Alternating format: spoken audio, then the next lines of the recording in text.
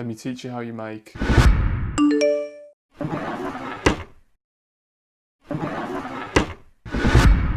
DaVinci Resolve. First I'm going to show you how to make a Figma template, because when I tried to do it, I struggled to find a guide out there. So first what you need to do is you need to go to Figma by either searching, or you can click the link that I've made in the description, and then you can make an account, and then you should have a page that should come up like this. Then go to the community tab and search notifications.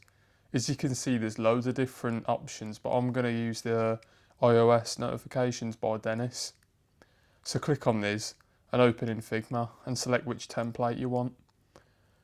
For my clip, I'm going to use this template and hit Ctrl+C or right click and copy. Now click the drop down menu at the top left and select back to files. All projects, double click team project and click create on the top right and hit design. Now you should have a blank page in which you can right click paste or Ctrl+V into the space, and you should now have your template and be able to edit it. To do this, click or double click and edit the text. Now you may see that the font's missing. For this you can either select your own font, but I'm going to use 42 sans.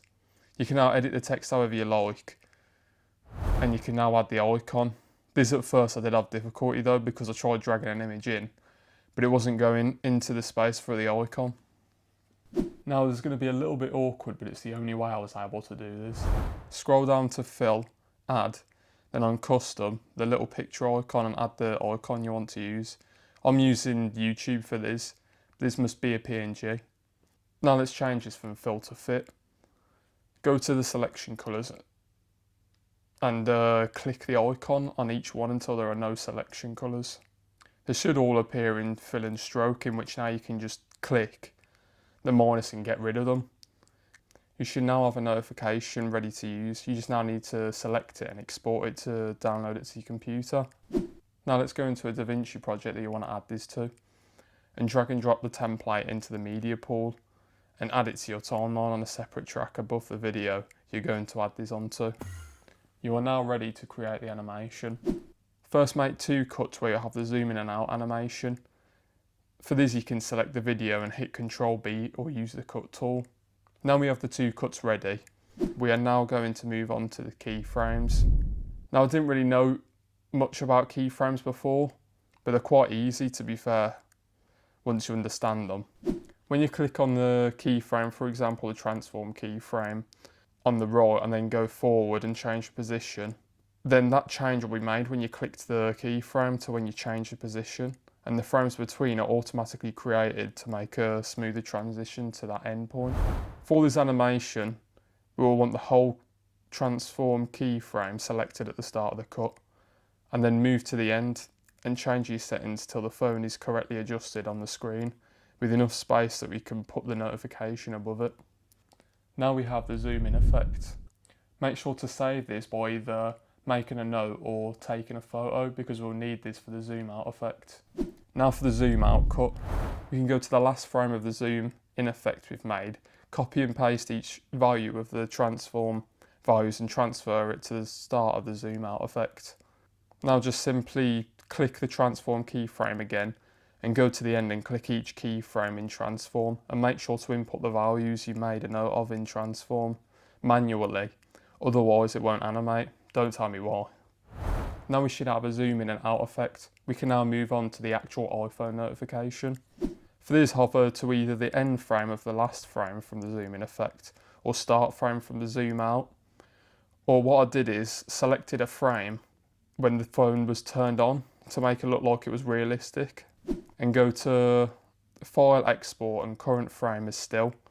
You can now download that frame to your PC and drag it back into the timeline, and you'll have a still image to put the notification onto.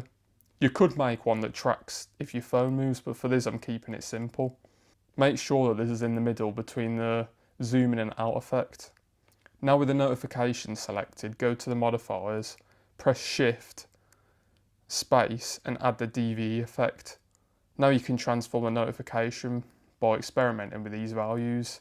Don't worry though, because if you didn't like something you changed, just Ctrl+Z and you can undo it.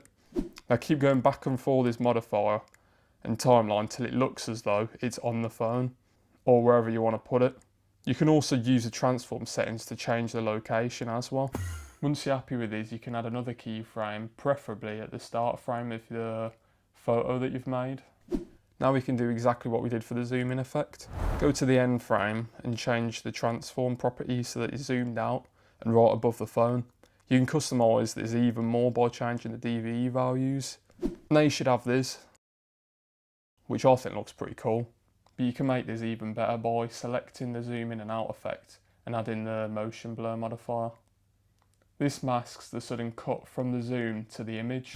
If you want to do something more advanced like I did, you can add the blur modifier to the still image, but then still have the phone focused. To do this is when you copy and paste the image and put it above, but make sure to move the notification animation up so that it can still be seen. Now select the top clip, and you can either use the magic mask modifier if you have the studio version, and make a few selections until you can see the phone, but you can Control Z if you've added too many. But if you've just got the normal version, then you can just use the rectangle modifier that's just here. Connect it before the timeline and adjust this till it's made a rough border around the phone. Now you have isolated the phone in the top clip, you should now see that the background should have the blur applied, but the phone is still the same.